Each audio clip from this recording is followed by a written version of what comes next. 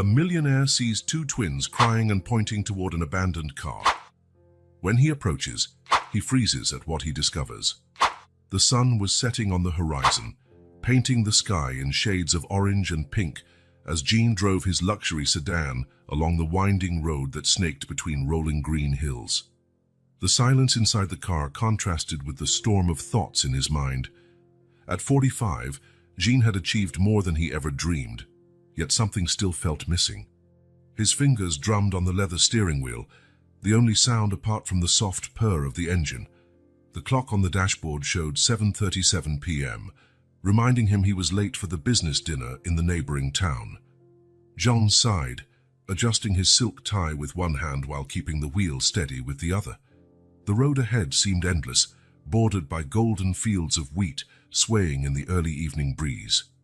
It was a bucolic scene, so far from the world of skyscrapers and meeting rooms he was used to. For a moment, Jean allowed himself to relax, his tense shoulders dropping slightly. That was when something caught his eye in the rearview mirror, two small figures by the side of the road, almost hidden by the growing shadows of dusk. Jean frowned, instinctively slowing down. As he got closer, the shapes took form.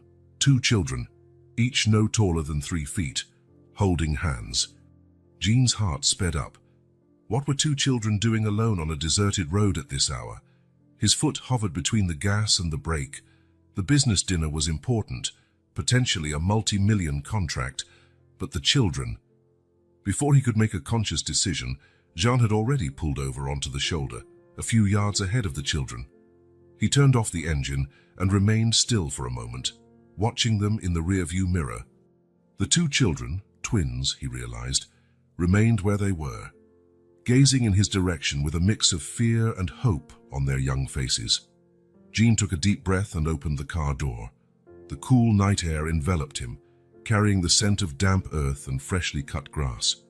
His carefully polished Italian shoes sank slightly into the soft shoulder as he turned to face the children. Under the fading light of day, Jean could see they were a boy and a girl, both with light hair and wide, deep blue eyes. They couldn't have been more than 5 years old. Their clothes were dirty and rumpled, as if they had spent hours playing or running through fields and woods. "Hello?" Jean called gently, taking a hesitant step toward the children. "Are you all right? Are you lost?" The children did not respond. Instead, the boy gripped his sister's hand and pointed frantically to something behind Jean, in the opposite direction of the road.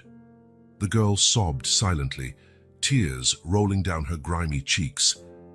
Jean followed the boy's trembling finger, narrowing his eyes to see through the growing darkness. At first he saw nothing but the empty road and the surrounding fields. Then a metallic glint caught his eye. Partially concealed by tall bushes about 50 yards from the road was a car. The windows were dark, and even from a distance, Jean could see it was at an odd angle, as if it had skidded off the road. A chill ran down his spine. Jean looked back at the children, noticing for the first time the scratches on their arms and the palpable fear in their eyes. Something terrible had happened here. "Did you come from that car?" Jean asked gently, pointing to the abandoned vehicle. The children nodded in unison, their eyes never leaving his face. He hesitated, torn between the desire to help and the fear of the unknown. His phone felt heavy in his blazer pocket. Should he call the police? But what if someone was hurt in the car and needed immediate help? "Wait right here," Jean told the children, his voice steadier than he felt. "I'm going to check the car. Don't move, miss, okay?" The children did not reply, but neither did they show any intention of running off. Jean took a deep breath, straightened his blazer, and started walking toward the abandoned car. The tall grass brushed against his legs as he left the road, his steps muffled by the soft ground. As he drew closer to the vehicle, details became clearer. It was an older model, maybe 10 years or more, covered in scratches and dents. The driver's door was slightly ajar, and Jean could see the dark interior through the opening. Jean's heart thundered in his chest as he approached. Something about the scene deeply disturbed him. The silence was oppressive, broken only by the distant buzz of insects and the occasional hoot of a nightbird. Just a few steps away from the car, Jean stopped. Should he call out before getting closer? What if someone inside was hurt, or worse? The implications of what he might find hit him hard, and he almost turned back right then. But then he remembered the children's frightened eyes, the desperation in their gestures. They needed help, and for some reason, fate had placed Jean in their path. He couldn't just leave. With one last deep breath to calm himself, Jean took the final steps to the car and placed his hand on the driver's door. The metal felt cold to the touch, a silent reminder of how long the vehicle had been there. "Hello?" Jean called, his voice echoing oddly in the nighttime stillness. "Is anyone in there? Do you need help?" There was no response. Heart pounding, Jean fully opened the driver's door. The interior was dark, but the faint twilight was enough to reveal a scene that made Jean's blood run cold. In the driver's seat, partially reclined and unmoving, was a woman. Her face was turned away from the door, but Jean could see dark stains on her clothes. Blood, he realized with a jolt of horror. For a moment, Jean was paralyzed, unable to move or think. Then, as if waking from a trance, he leaned into the car, his fingers trembling as he searched for the woman's pulse. Her skin was cold, but Jean almost cried out in relief. There was a pulse, weak and irregular. But there, she was alive. Jean drew back, his mind spinning. The woman needed urgent medical attention. The children, her children, presumably, were alone and terrified, and he, a stranger in an expensive suit and a luxury car, was the only person around to do anything about it. As he pulled his phone from his pocket to call an ambulance, Jean glanced back toward the road. The two children were still there, two small silhouettes against the darkening sky, watching him with a mix of fear and hope. In that moment, Jean knew his life was about to change forever. The business dinner, the million-dollar contract, his carefully planned routine, all of it seemed insignificant in the face of the drama unfolding before him. As he dialed the emergency number, Jean made a silent promise to the children and the unconscious woman in the car. He didn't know how, but he would do everything in his power to help them. Fate had brought them together on that lonely road, and Jean was determined not to fail them. The operator picked up, and Jean began describing the situation, his voice firm despite the whirlwind of emotions in his chest. Night was only beginning, and with it, a journey none of them could have foreseen. Jean approached the abandoned car, his heart pounding. The driver's door was slightly ajar, creaking softly in the night breeze. As he got closer, he could make out a still figure in the seat. "Hello?" he called, his voice trembling slightly. There was no response. Summoning his courage, Jean opened the door completely. What he saw made his stomach turn. A young woman, who looked no older than her early 30s, was slumped in the seat. Her pale face was marked by bruises, and a trickle of blood ran from a cut on her forehead. Her eyes were closed, and her breathing was shallow and uneven. Jean swallowed hard, fighting off nausea. Carefully, he leaned into the car, checking the woman's pulse. He found it weak, but present. "Ma'am," he called again, louder this time. "Can you hear me?" A low moan escaped the woman's lips, her eyes moving rapidly behind her closed lids. Suddenly, a flash of memory crossed Jean's mind, so vivid he almost lost his balance. Marie trembled as she set the table for dinner. The clock on the wall seemed to taunt her, each tick reminding her that Robert would be home soon. The children were already in bed. She always made sure of that before he returned. The sound of tires outside made her stomach churn. The door opened with a slam, and the smell of alcohol reached her before Robert did. "Where's my dinner?" he growled, his eyes bloodshot and unfocused. "It's ready, honey," Marie replied hastily, forcing a smile. "Sit down, I'll serve you." But something in her tone must have annoyed him. In an instant, Robert was by her side, grabbing her arm with enough force to leave marks. "Don't tell me what to do in my own house," he hissed, his breath hot and stale against her face. Marie closed her eyes, bracing herself for what would come next. Jean blinked, returning to the present. The flashback, so unexpected and intense, left him stunned. Somehow he knew it was a real memory, not his but the woman's. Marie. Her name was Marie. A sound behind him made him turn sharply. The two children were now just a few steps away, watching him with a mix of fear and hope. "Mommy?" the little girl whispered, her voice trembling. Jean's heart clenched. He stepped away from the car, kneeling to get on the children's level. "Your mother is hurt," he explained gently, "but I'm calling for help right now." "You were very brave to ask for help." The boy took a step forward. "It was Daddy," he said, his small voice firm. "He hurt Mommy again." The words hit Jean like a punch. Again, the implication was clear and devastating. He looked back at Marie, noticing for the first time the finger marks on her neck. Another flashback struck him. Marie was driving along a dark road, her hands trembling on the wheel. In the back seat, the children slept. She kept checking the rearview mirror, terrified of seeing Robert's headlights. "This time will be different," she murmured to herself. But then, lights appeared behind her. The familiar growl of Robert's engine drew closer, fast. "No, no, no!" Marie cried, pressing the accelerator hard. The road curved sharply. Marie knew she was going too fast, but fear kept her from slowing down. Robert's car was almost on top of hers. As they hit the curve, Marie lost control. The car skidded off the road. The world spun, and then John shook his head, dispelling the vision. With trembling hands, he took out his phone and dialed the emergency number, giving them his location and a brief description of the situation. Hanging up, Jean turned to the children. "What are your names?" he asked softly. "I'm Emma," the girl answered. "And this is my brother, Louis."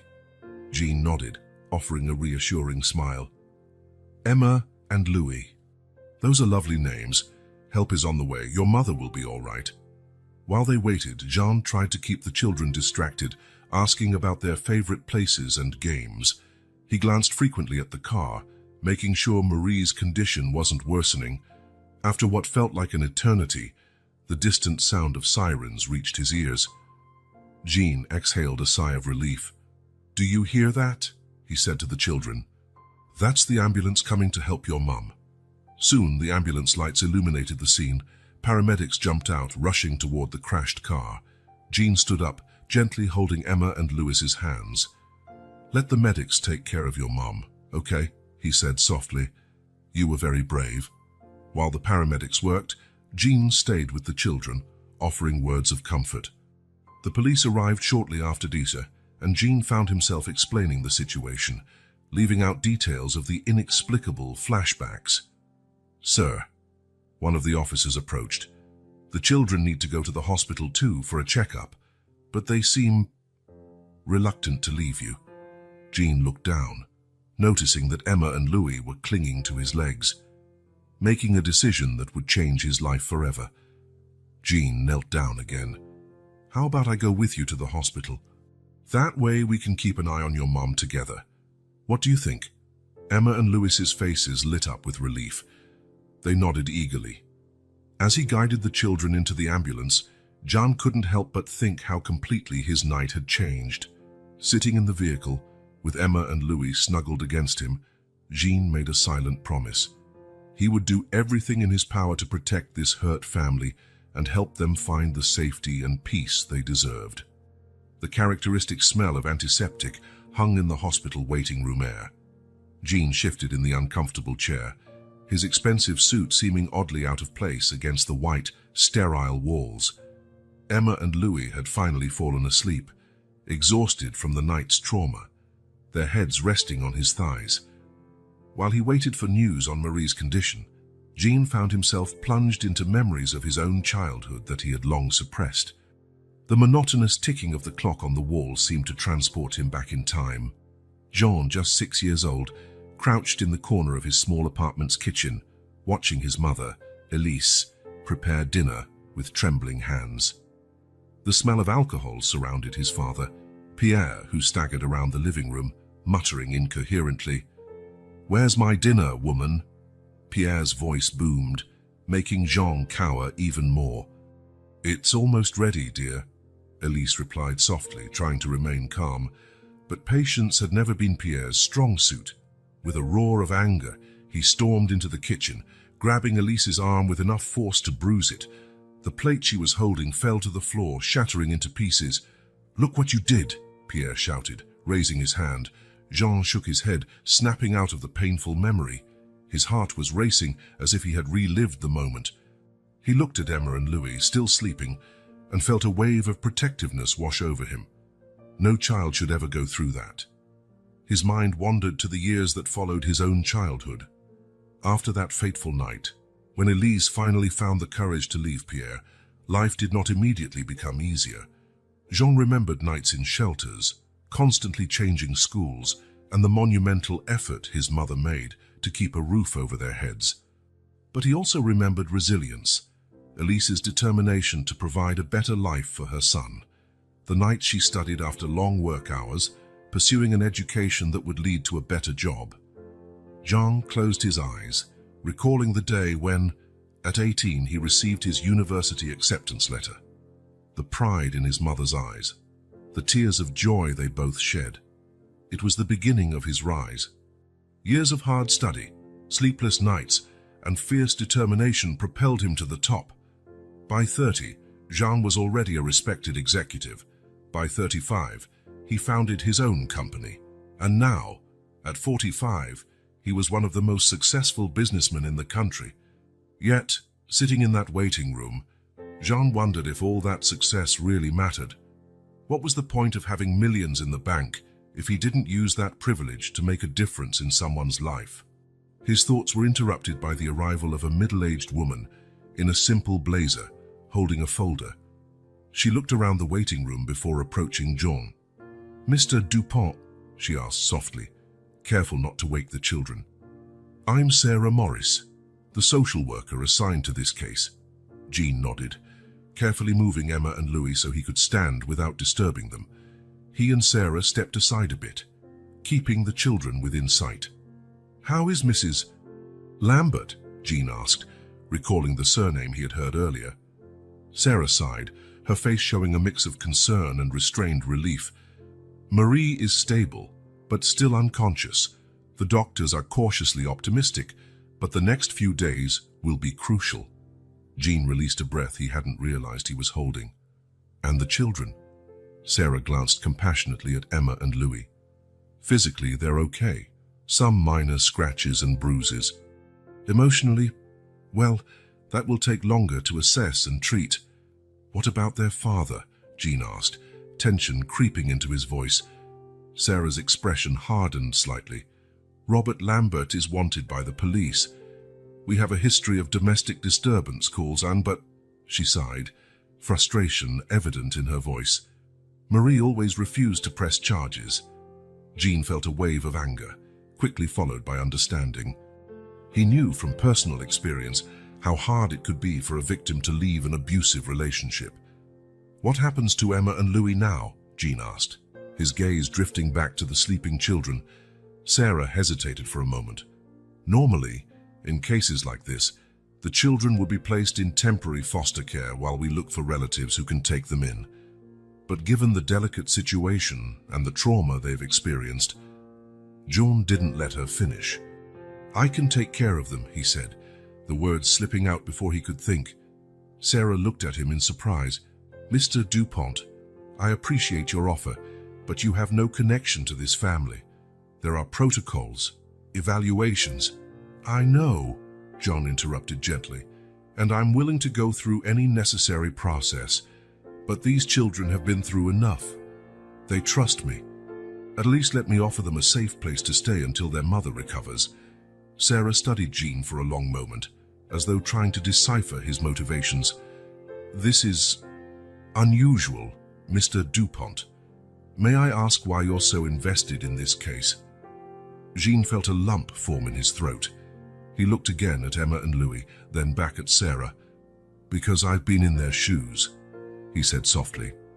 "And I know what it would have meant to have someone willing to help without expecting anything in return." Something in Jean's tone, or the sincerity of his words, seemed to resonate with Sarah. She nodded slowly. "I'll need to run some background checks and do a quick assessment of your home. And it would only be temporary, understand?" "Of course," Jean agreed quickly. "I'll do whatever it takes." At that moment, Emma stirred, her sleepy eyes opening. Seeing Jean, she reached out her arms, silently asking to be picked up. Without hesitation, Jean lifted her, cradling her against his chest. Sarah observed the interaction with a mixture of surprise and approval. "Well," she said, a small smile forming on her lips. "It seems you've already won at least one fan." Jean smiled gently, feeling the comforting weight of Emma in his arms. "They deserve some peace and security," he said. "And I have more than I need. It just feels right." Sarah nodded, making a few notes in her folder. "I'll start the process. In the meantime, you can stay with the children here at the hospital. I'll arrange for a more comfortable room for you." As Sarah walked away to make the necessary arrangements, Jean sat down again, Emma still nestled in his arms and Louis sleeping peacefully by his side. He knew the days ahead would be challenging, with legal and emotional hurdles to overcome. But for the first time in a while, Jean felt he was exactly where he needed to be. Looking at the children, Jean made a silent promise. He would use every resource at his disposal to protect Emma, Louis, Dieu, and Marie, to give them the chance his own mother had so bravely given him years ago. A chance for a new beginning, a life free of fear. With that resolution firmly in his heart, Jean braced himself for the days to come, knowing that no matter the challenges, he would not fail this family fate had placed in his path. The hospital room was immersed in a silence broken only by the rhythmic beep of the heart monitors. Marie lay motionless on the bed, her pale face contrasting with the bruises beginning to darken. Jean sat in a nearby chair, Emma asleep in his lap, and Louis curled up beside him. He watched Marie intently, waiting for any sign that she might awaken. A slight flutter of her eyelids was the first thing that caught Jean's attention. He leaned forward, his heart racing with both anticipation and concern. Slowly, Marie's eyes opened, unfocused and confused. For a moment, she stayed still, as if trying to figure out where she was. Then suddenly, panic took hold. Marie sat up abruptly, her eyes wide with fear, her hands gripping the sheets so tightly her knuckles turned white. "No, no, no," she mumbled, her voice hoarse and shaky. "The children. Where are my children?" Jean stood quickly, still holding Emma. "Marie," he said gently, trying not to alarm her further. "It's all right. You're safe. The children are here. They're fine." Marie's eyes fixed on Jean, then on the children. For a moment, confusion dominated her face, followed by a flicker of recognition. You helped us," she whispered. Jean nodded, stepping closer to the bed. "My name is Jean. I found you on the road. Do you remember?" Marie closed her eyes for a moment, as if trying to organize her memories. When she opened them again, they were filled with tears. I thought we had died. Robert." At the sound of her husband's name, Marie visibly trembled. Jean felt a surge of anger, but kept his voice calm. "Robert isn't here. You and the kids are safe." At that moment, Emma stirred in Jean's arms, her eyes opening sleepily. Seeing her mother awake, she let out a small cry of joy. "Mommy!" Marie reached out, ignoring the pain the movement caused. Jean gently placed Emma on the bed, and the girl immediately snuggled next to her mother. Louis, awakened by the commotion, joined them, his small arms carefully wrapping around Marie. "My loves," Marie whispered, kissing the tops of their heads. "Are you okay? He didn't hurt you?" "We're fine, Mommy," Louis answered, his voice muffled against Marie's shoulder. "Mr. Jean took care of us." Marie looked at Jean, gratitude and confusion mingling in her gaze. "Thank you," she said softly. "I don't know how." Jean raised a hand, gently cutting her off. "No need to thank me. I'm just glad I could help." For a few moments, the room fell silent, Marie hugging her children as if her life depended on it.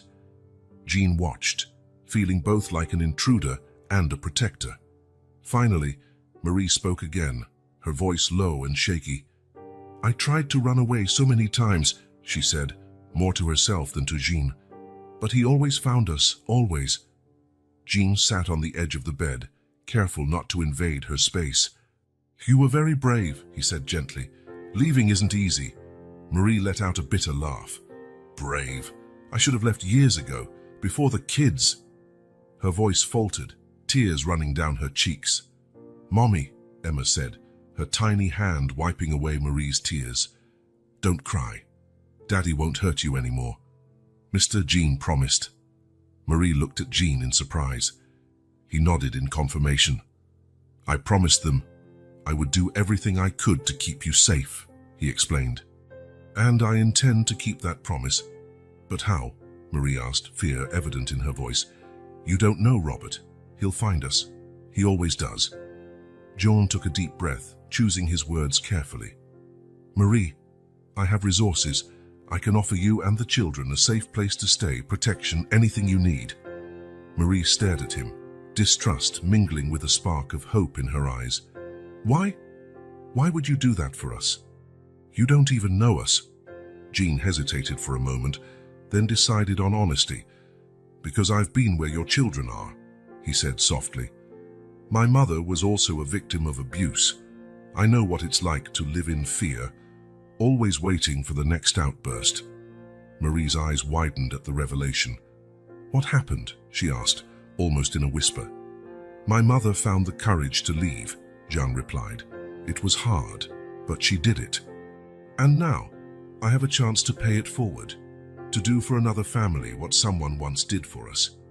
Marie was silent for a long moment, absorbing Jean's words. Finally, she spoke, her voice trembling but laced with determination. "I want to leave. I want my children to be safe, but I'm so afraid." Jean reached out hesitantly, and when Marie didn't pull away, he gently took her hand. "Fear is natural," he said, "but you're not alone in this. There are people willing to help. I'm willing to help." Marie looked at her children, then back at Jean. "What if he finds us again?" "He won't," Jean said firmly. "I'll do everything in my power to make sure of that. You can stay at one of my properties, with security. I can arrange lawyers, therapists, whatever you need." Marie seemed to be fighting an internal battle, fear clashing with hope. "I don't know. It's so much to process." John nodded understandingly. "You don't have to decide right now. Rest, recover. I'll be here when you're ready to talk more." At that moment, a nurse entered the room, smiling at seeing Marie awake. "So good to see you conscious, Mrs. Lambert. I'll call the doctor to examine you." While the nurse checked Marie's vitals, Jean stood. "I'll leave you all alone for a moment," he said. "I'll be right outside if you need anything." Marie nodded, still looking a bit dazed. Just as Jean was about to leave the room, she called after him. "Jean?" He turned, meeting her eyes. "Yes. Thank you," Marie said softly. "For everything." Jean smiled gently. "It's my pleasure, Marie. Get some rest now. We're all here for you." As he closed the door behind him, Jean felt a mix of emotions: relief that Marie was awake, concern for the long recovery ahead, and a renewed determination to do everything in his power to help this family find the safety and peace they deserved. The late afternoon sun cast a golden glow over the country house as Jean's car pulled up onto the gravel driveway.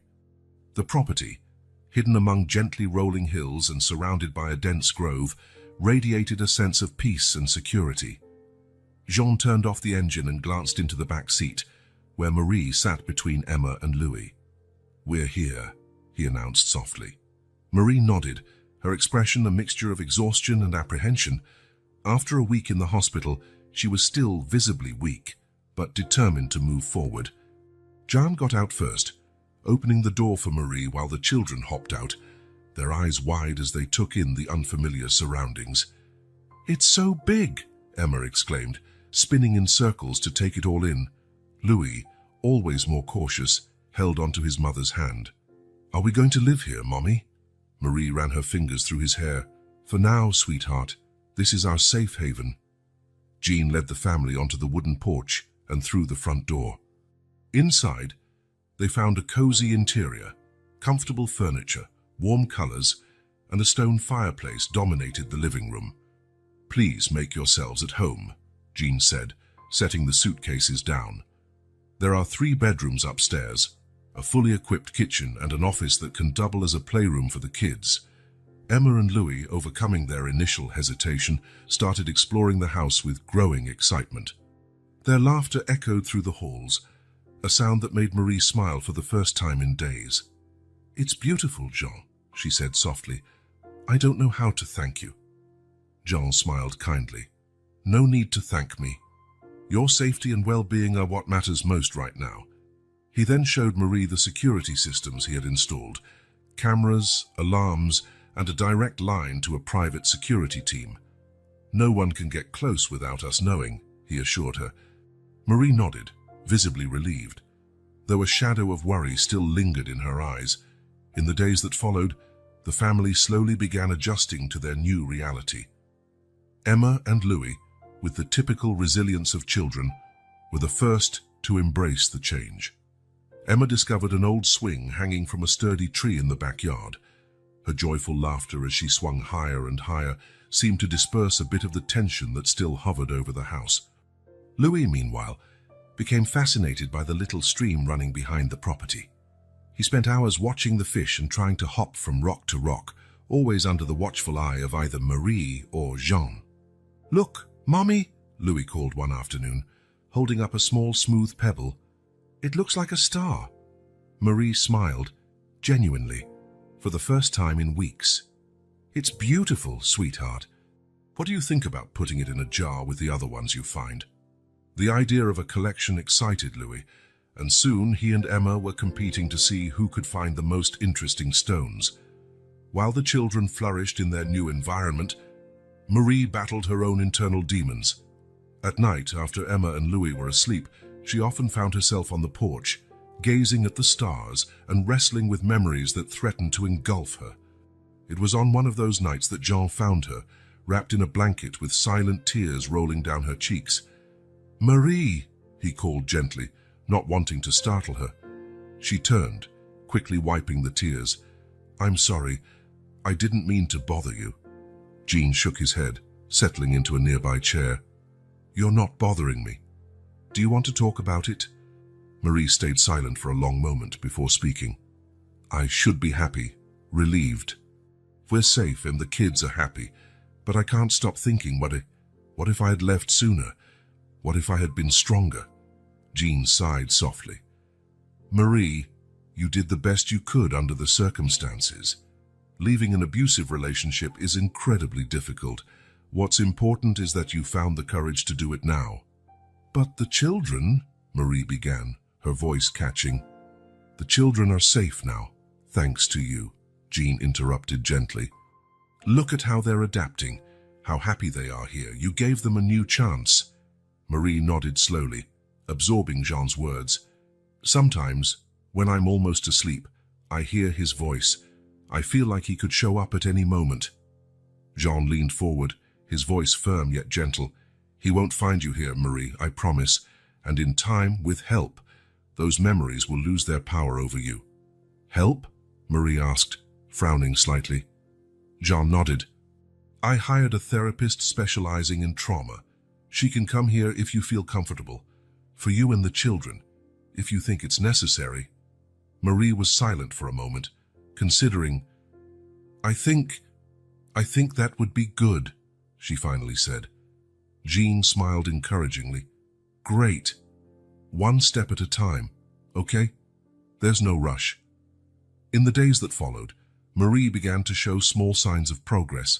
She smiled more often, especially when she played with the children. One afternoon, Jean found her in the kitchen trying out a new recipe. "I've always wanted to learn how to cook better," she explained, a slight blush on her cheeks. "Robert always... well, it doesn't matter now. I'm trying something new." Jean felt a surge of pride seeing Marie take such initiatives, however small. "I'm sure it'll be delicious," he said with a smile. As the weeks passed, the country house started to feel more like a home. Emma and Louis filled the rooms with colorful drawings and laughter. Marie, though still plagued by occasional nightmares, began moving with more confidence, her posture less tense. One night, after putting the children to bed, Marie found Jean in the living room. "Jean," she said softly, "I just wanted to say thank you, not just for the house and for the safety, but for believing in me, in us, for giving us this chance to start over." Jean felt a knot in his throat. "You all deserve it, Marie. You deserve peace and safety and happiness." Marie smiled, a small but genuine one. "I know we still have a long way to go, but for the first time in years, I feel there's hope. And that means everything." As Marie headed upstairs to join the children, Jean remained behind in the living room, gazing out the window at the peaceful view. The temporary refuge was becoming more than just a safe place. It was becoming the starting point of a new life. And Jean was determined to do everything in his power to ensure Marie and the children had every chance to build the future they deserved. The peace that enveloped the country house was abruptly broken one Thursday afternoon. Marie was in the kitchen making a snack for the children when her phone vibrated with a message. The moment she saw the name on the screen, her face went pale. "I know where you are. I'm taking back what's mine." Robert's words, cold and threatening, made Marie tremble. Her phone slipped from her shaking hands, landing on the kitchen floor with a dull thud. Emma, who was coloring at the table, looked at her mother with concern. "Mommy, what's wrong?"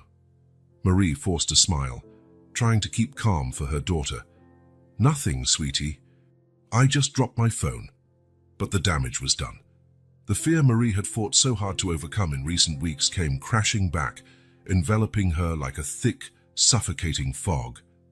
That night, after the children were in bed, Marie sought out Jean in his office. With trembling hands, she showed him the message. Jean frowned, his expression a mix of concern and determination. "Marie, don't worry. He's bluffing. There's no way he knows where you are." "But what if he does?" Marie insisted, panic evident in her voice. "What if he comes after the children?" Jean stood, placing his hands gently on Marie's shoulders. "I won't let that happen. I promise you." In the days that followed, Jean doubled the security measures. Additional cameras were installed around the property, and a security team began regular patrols. He also contacted the authorities, informing them of Robert's threat. Despite Jean's reassurances, the fear had seeped into the house. Emma and Louis, sensitive to their mother's anxiety, began having frequent nightmares. One night, Jean was awakened by screaming coming from the children's room. He ran in to find Marie trying to calm a panicked Louis. "He was here, Mommy," Louis sobbed, clinging to Marie. "Daddy was in my room." Marie looked at Jean with tear-filled eyes, helpless in the face of her son's terror. Jean knelt next to the bed, speaking gently. "Louis, look at me. You're safe. Your dad isn't here. It was just a bad dream." But the comforting words seemed to have little effect. In the days that followed, both Emma and Louis became hyper-vigilant. A sudden noise, like a branch tapping against the window, was enough to put them on high alert. Jean's presence, once reassuring, sometimes made them jump if he entered a room unexpectedly. Marie watched all this with a broken heart and a growing sense of guilt. One night, after tucking in the children, she found Jean on the porch. "This can't go on," she said, her voice low but firm. "I can't do this to you, to the kids." Jean looked at her, confused. "What do you mean, Marie?" "We need to leave," she replied, tears shining in her eyes. "Robert won't stop. He'll find us eventually, and you'll be in danger too." Jean shook his head firmly. "Marie, no.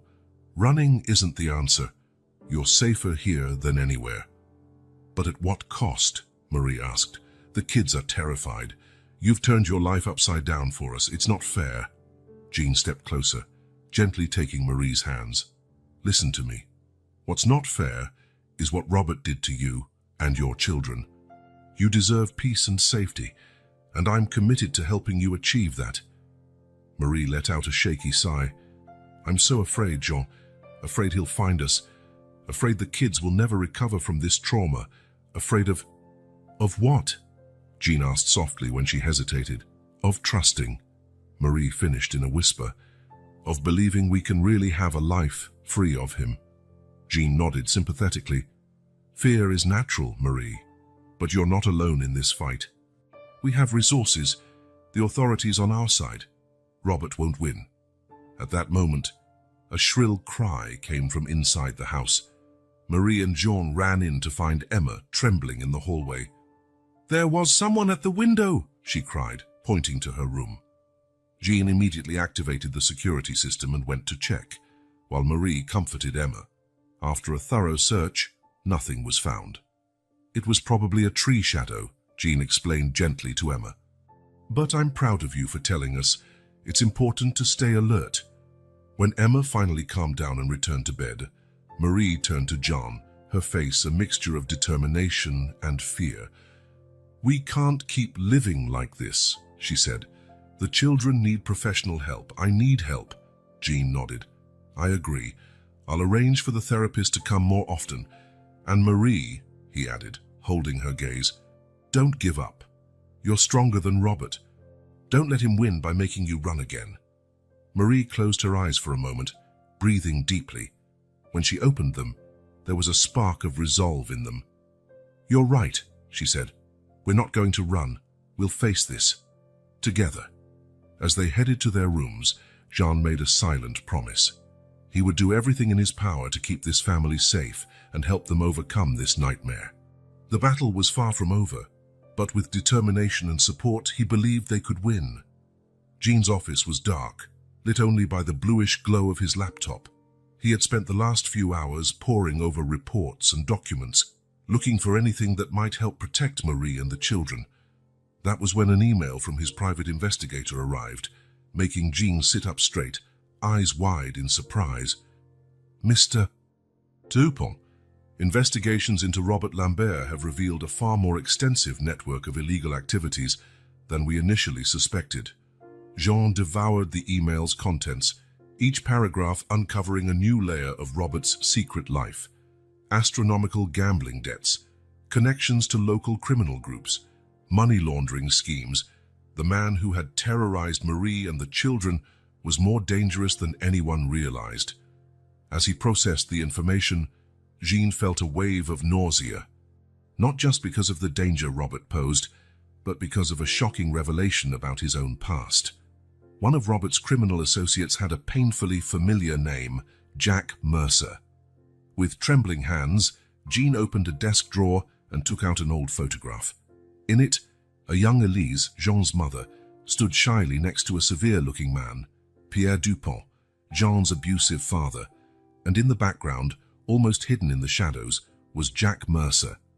Memories long suppressed flooded Jean's mind, whispered conversations between his father and Jack, brown envelopes exchanged furtively, the constant fear in his mother's eyes. Suddenly, everything made terrible sense. Jean was pulled from his thoughts by a gentle knock on the door. It was Marie, her face pale in the dim light. Jean, are you okay? You've been in here for hours.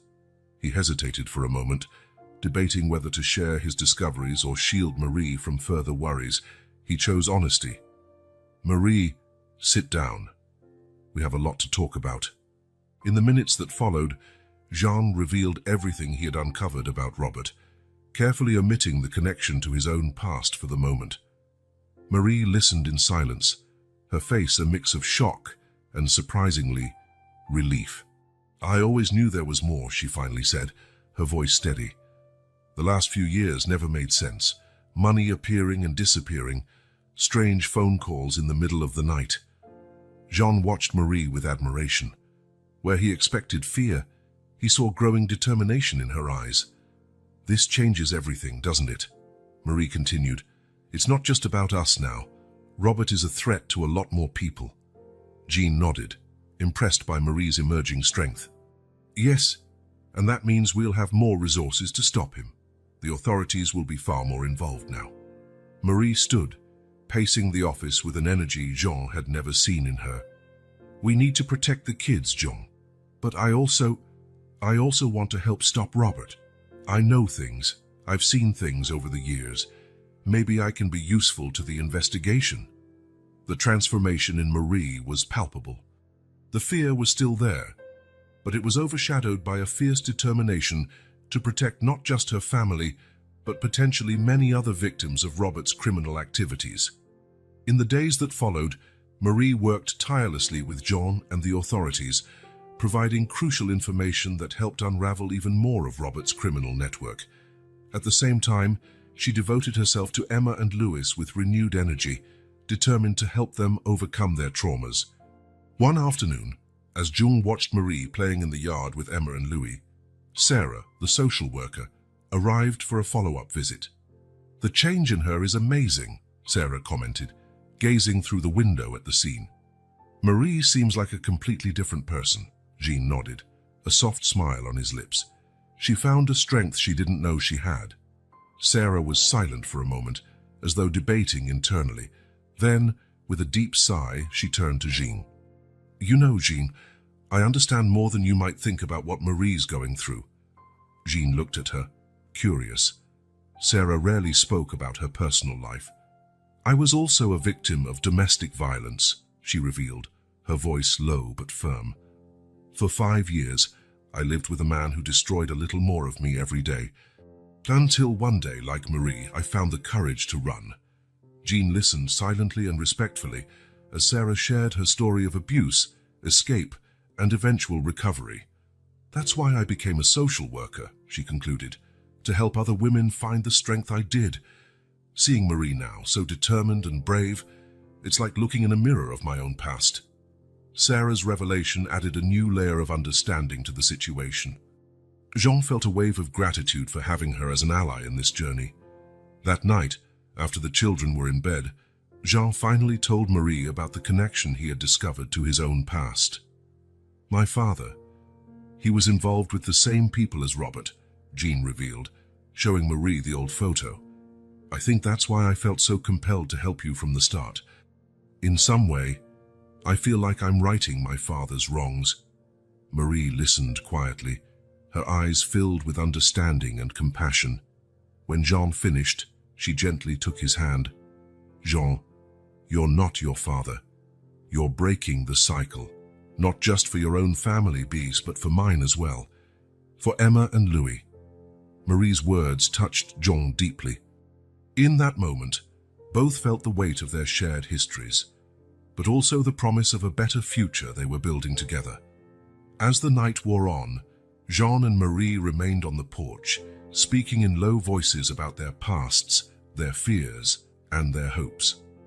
The struggle was far from over, but for the first time, they both felt they had not only the strength, but each other's support to face whatever lay ahead. The day dawned cloudy, a sign of the drama about to unfold. Marie was in the kitchen preparing breakfast for the children when she heard the sound of tires on the gravel driveway. Her heart froze at the familiar roar of the engine. "Emma, Louis," she called, keeping her voice steady despite the rising panic. "Go to the safe room now, quickly and quietly, just like we practiced." The children, sensing the urgency in their mother's voice, obeyed instantly. Emma grabbed Louis's hand, guiding him to the hiding place Jean had prepared. Marie ran to Jean's office, finding him already on his feet, alerted by the sound of the car. "It's him," she whispered, fear evident in her eyes. Jean nodded grimly. "Stay here. I'll deal with this." Before Marie could protest, the front door flew open with a crash. Robert entered the house like a storm, his bloodshot eyes scanning the surroundings. "Marie!" he roared. "Where are you, you ungrateful—" Jean stood in the office doorway, blocking Robert's line of sight to Marie.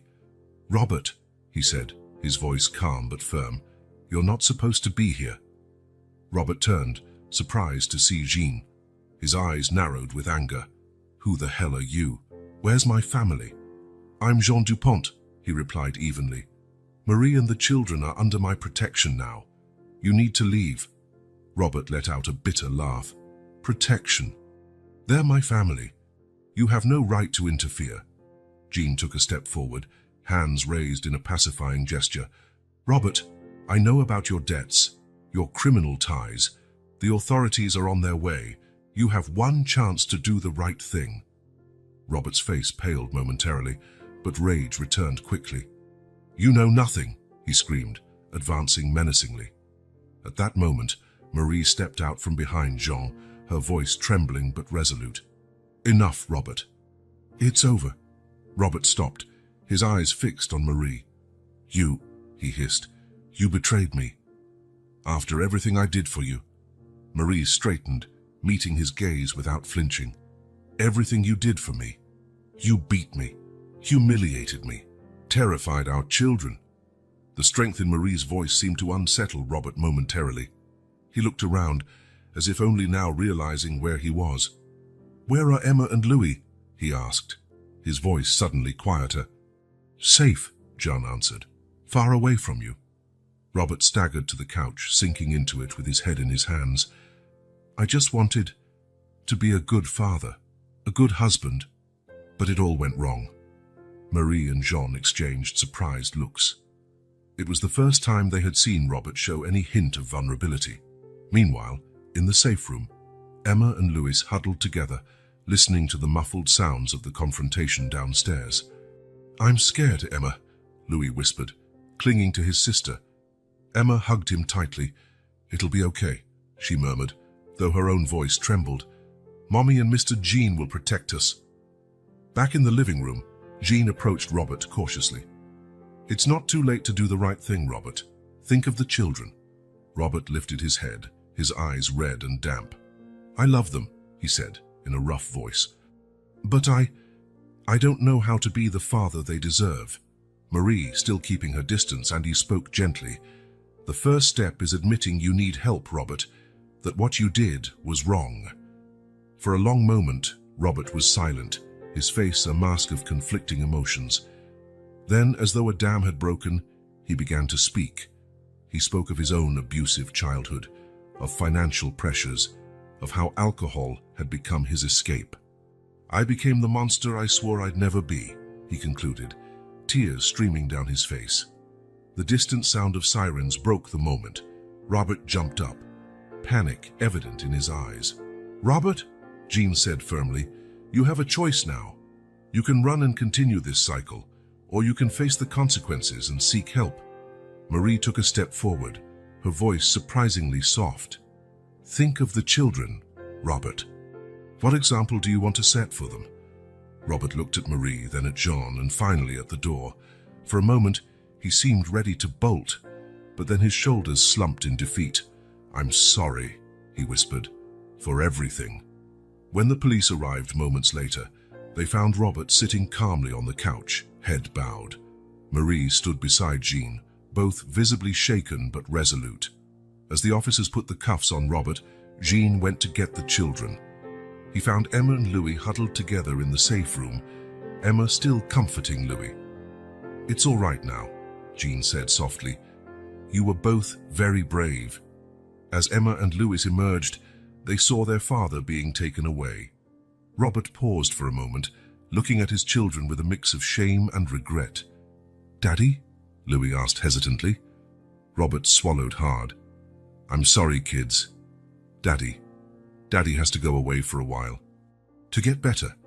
As Robert was led out, Marie pulled her children close, silent tears rolling down her cheeks.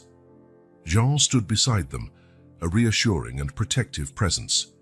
The confrontation was over, but they all knew the healing journey had only just begun. Yet for the first time in a long time, there was a spark of hope in the air, the hope of a new beginning and broken cycles. The weeks after Robert's confrontation were marked by a mix of relief and apprehension.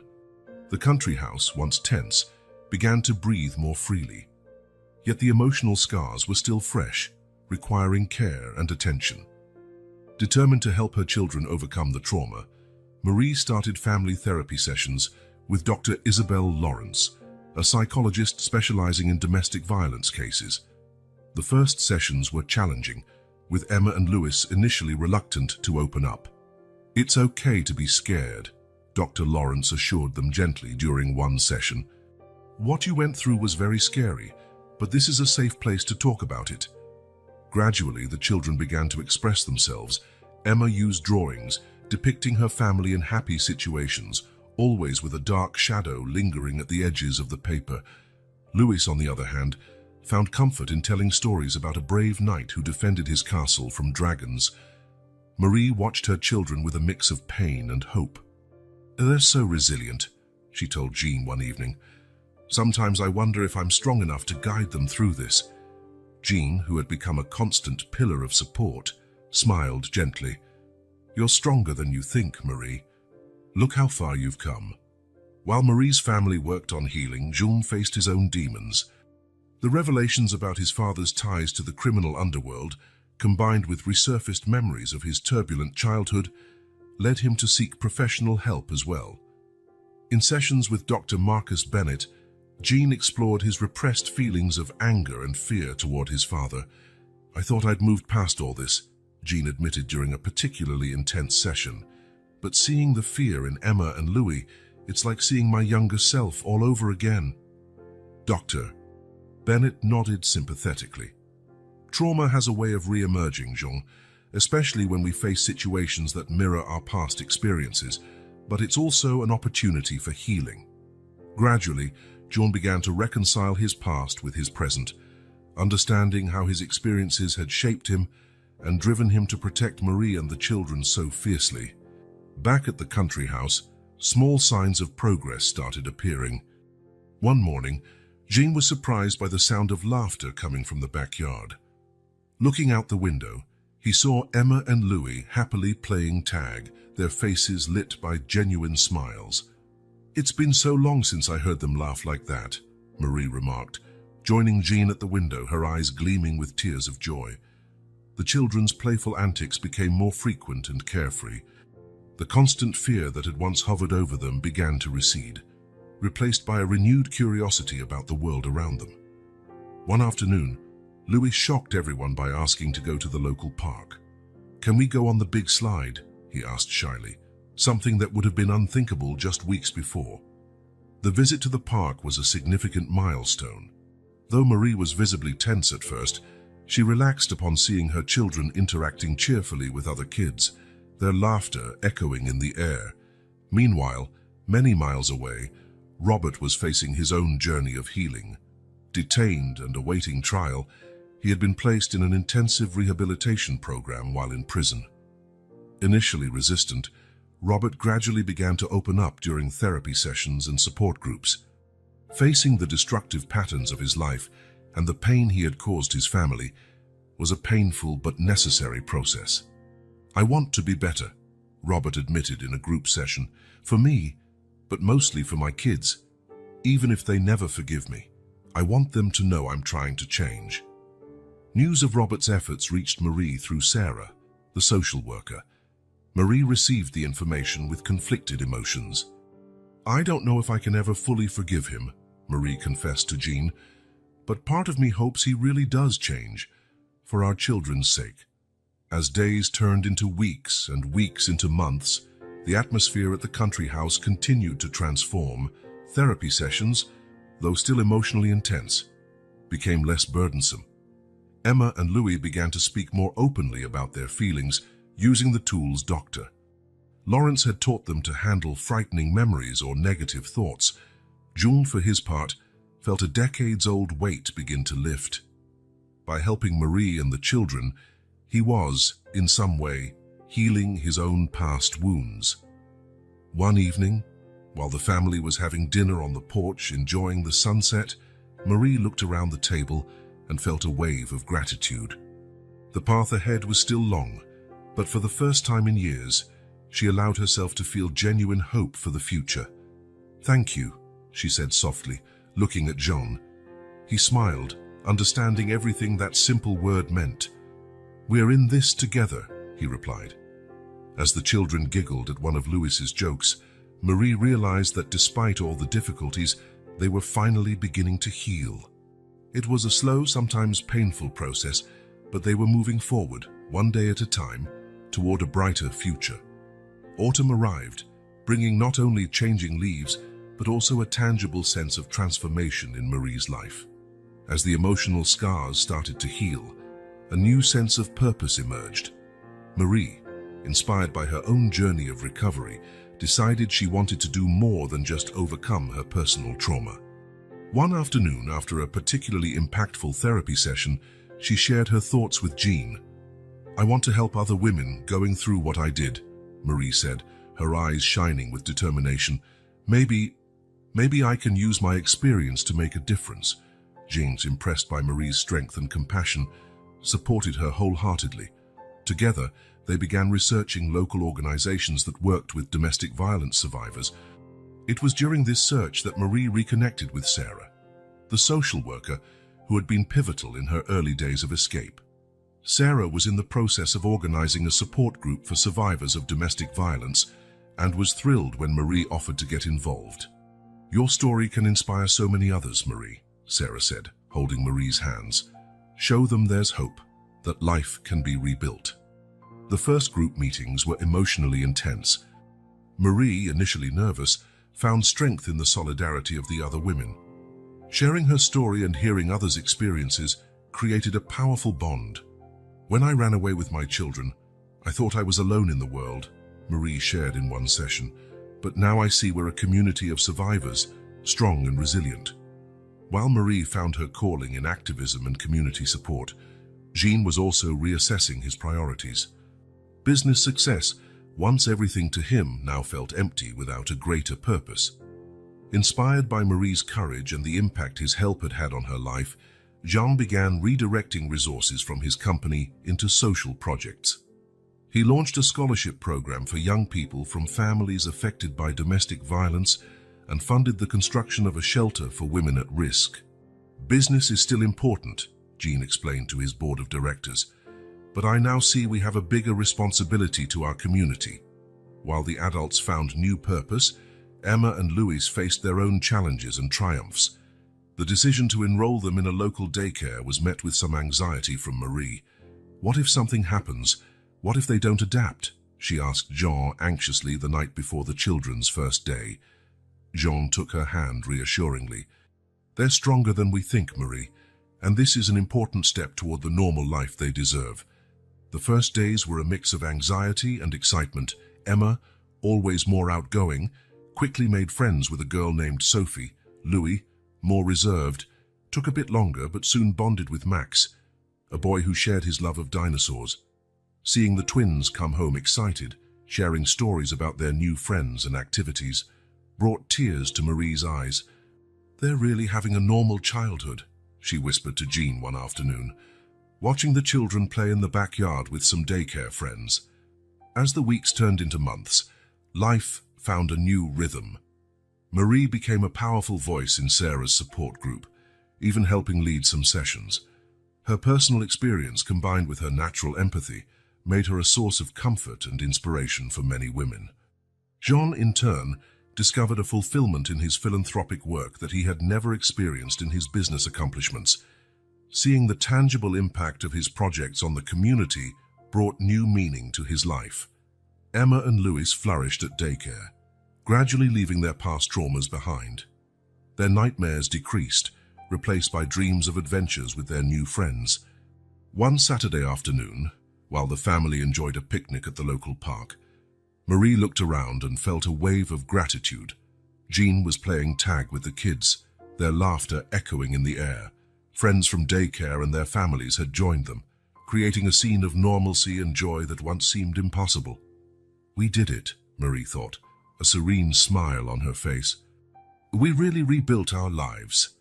And there, under the autumn sun, surrounded by love and new possibilities, Marie knew that despite the challenges to come, they would face them together, stronger and more resilient than ever.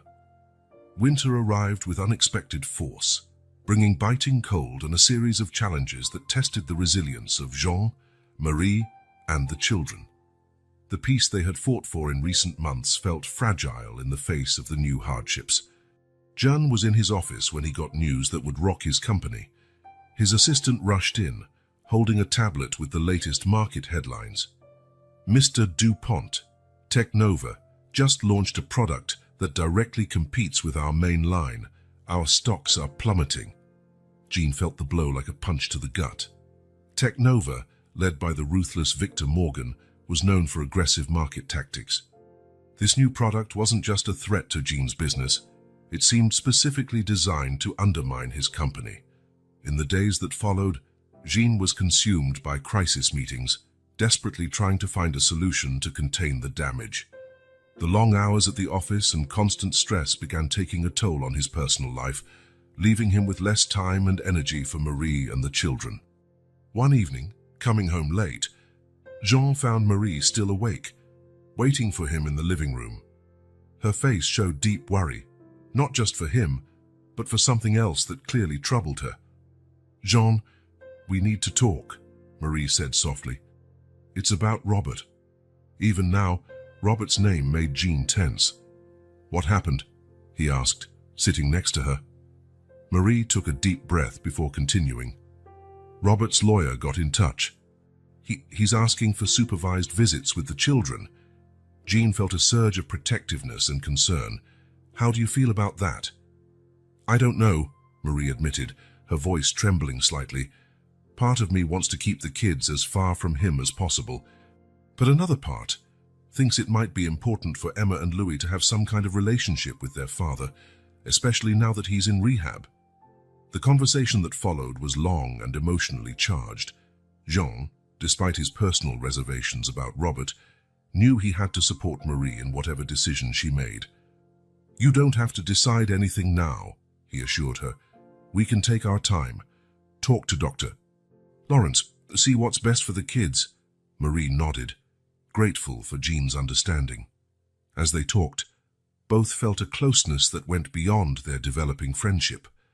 There was a moment, a prolonged look, a tension in the air that hinted at something deeper, but they both hesitated, aware of the complexity of their situation. Their moment was interrupted by Marie's ringing phone. It was Sarah, the social worker, and her voice was urgent. "Marie, I'm sorry to bother you so late, but we have a problem. A journalist from the magazine Expose is asking questions about you and your story. He seems determined to publish something." Panic gripped Marie. The thought of having her private life, her trauma, and her struggles exposed to the public was terrifying. "What can we do?" she asked, her voice barely hiding her fear. Sarah promised to do everything possible to contain the situation, but the damage was done. In the days that followed, Marie found herself constantly looking over her shoulder, afraid of seeing a photographer or reporter at every turn.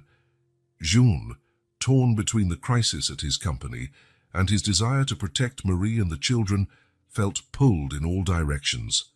He mobilized his legal team to deal with the journalist, but he knew it would be a tough battle against a tabloid press.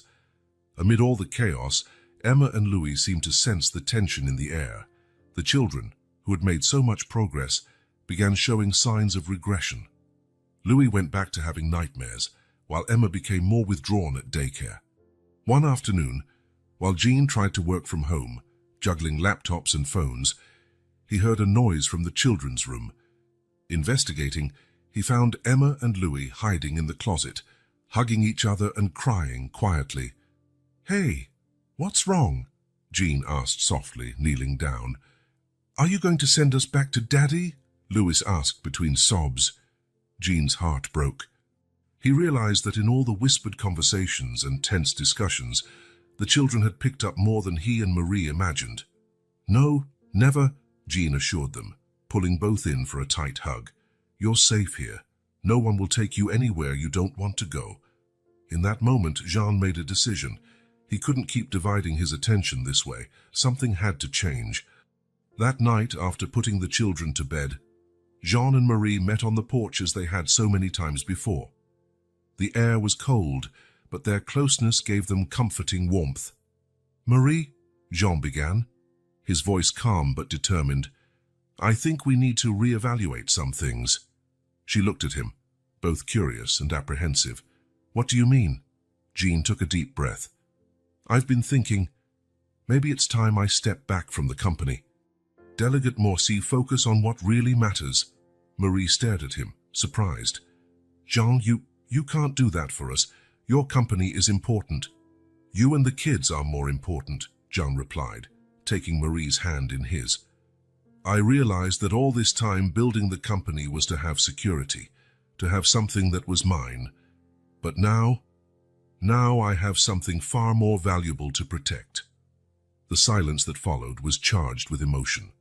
Marie felt her heart race, a mix of gratitude and something deeper that had been growing between them for months.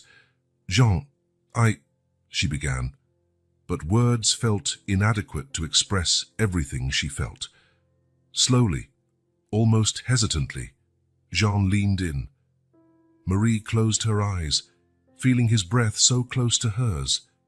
Their lips met in a gentle kiss, full of promise and mutual understanding. When they parted, both had tears in their eyes. "This complicates everything, doesn't it?" Marie whispered, a small smile playing on her lips. Jean chuckled softly. "Life's already complicated, but this feels right."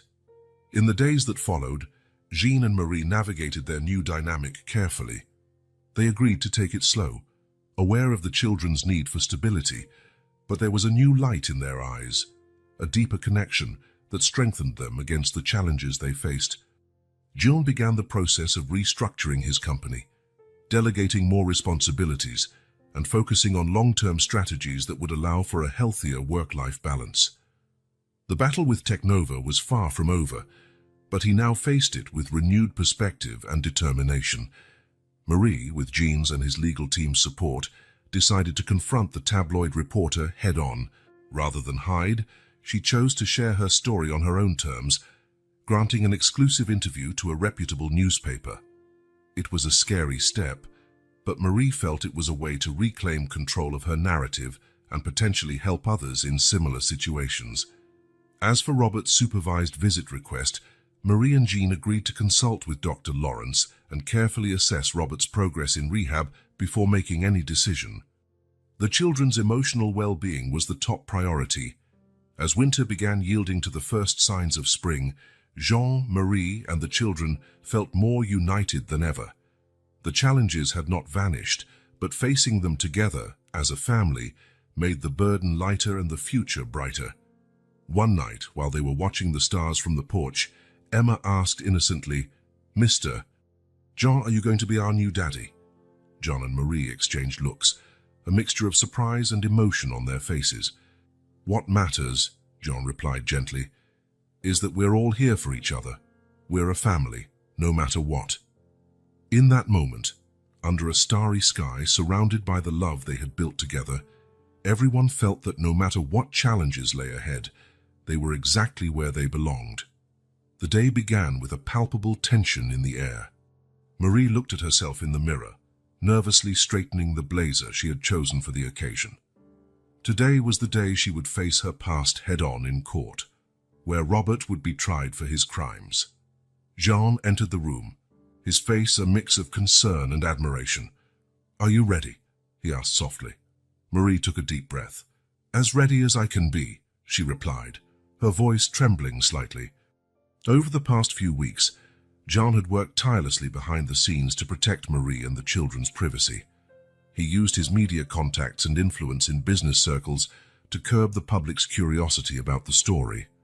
Thanks to his efforts, the children's identities remained confidential, and the media coverage focused more on the aspects of survival and domestic violence awareness than on sensationalized details. As they headed to the courthouse, Jean held Marie's hand, offering silent support. The children stayed in the care of Sarah, the social worker who had become a trusted friend. The courtroom was packed when they arrived. Marie felt the weight of their gaze as she walked down the aisle, but she kept her head held high, determined not to be intimidated. When it was time for Marie's testimony, the room fell into a deafening silence. She took the stand, her eyes momentarily locking with Robert's, who looked smaller and more vulnerable than she remembered. Her voice was shaky at first, but gained strength with every word as she recounted her story. She spoke of the early happy days of her marriage, of how the dream turned into a nightmare, of the physical and emotional abuse that haunted her and the children daily. "I asked myself every day if this would be the day he killed us," Marie said, her voice thick with emotion. "Living like that. It's not living. It's surviving." She described the night she ran away, the terror of being chased on the dark road, the accident that nearly cost her and her children their lives.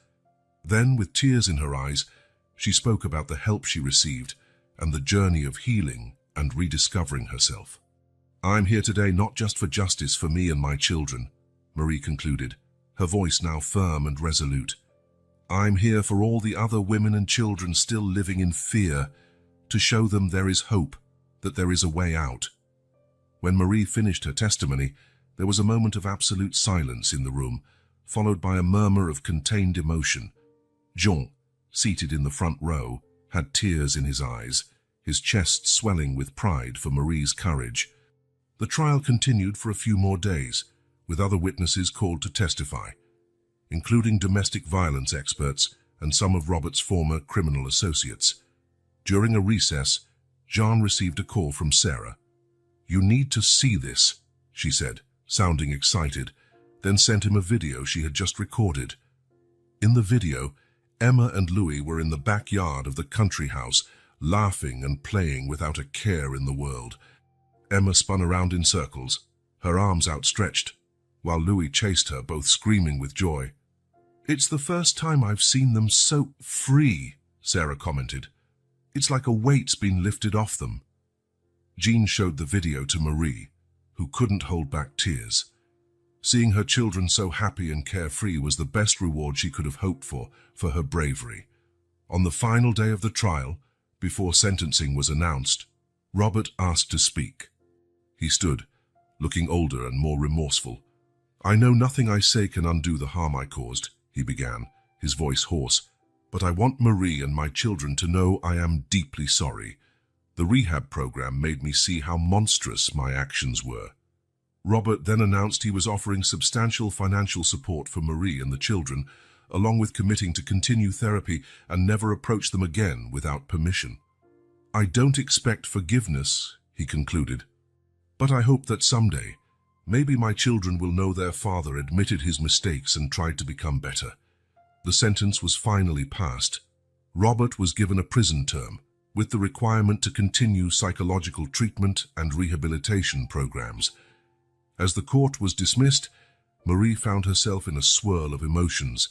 Jean enveloped her in a protective embrace, allowing her to finally release all the pent-up feelings. "It's over," he whispered. "You did it." In the days that followed, Marie and Jean watched Emma and Louis with joy as they changed. The children seemed lighter, laughing more easily, and playing with an abandon they hadn't shown in a long time. One afternoon, as everyone gathered in the living room, Louis timidly asked, "Mommy, is Daddy going to stay in prison forever?" Marie exchanged a glance with Jean before carefully replying, "Not forever, sweetheart, but for a good while. And when he's out, he'll keep getting help to be a better person." Emma, who was drawing, looked up. "Can we see Daddy one day?" Jean felt Marie tense beside him, but her voice was steady.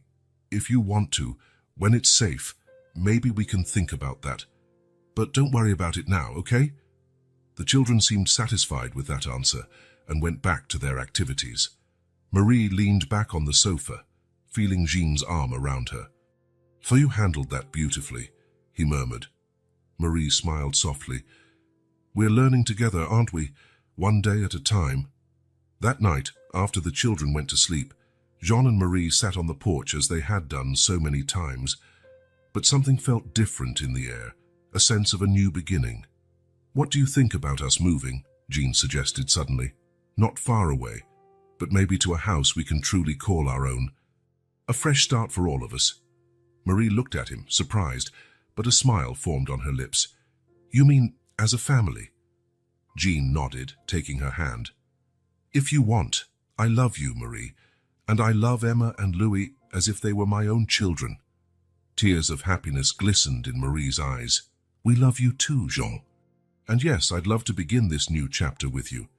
As they kissed under the starry sky, both felt that despite all the challenges they had faced, and those that might still come, they had found something precious, a second chance at love and life, and the opportunity to build a bright future together. Spring arrived, bringing not only flowers and longer days, but a tangible sense of renewal for Jean, Marie, and the children. Jean's office was filled with light, as he called a meeting with his executive team. "Ladies and gentlemen," Jean began, his voice brimming with determination, "we've overcome one of the biggest crises in our history, but we won't simply go back to business as usual. It's time we redefine who we are as a company." In the months that followed, Jean's company underwent a remarkable transformation. They launched a new line of eco-friendly products and partnered with non-profit organizations to promote social causes. Most surprisingly, they created an employment and training program for survivors of domestic violence. "We want to be more than just a profitable company," Jean explained in an interview. "We want to be a positive force in society."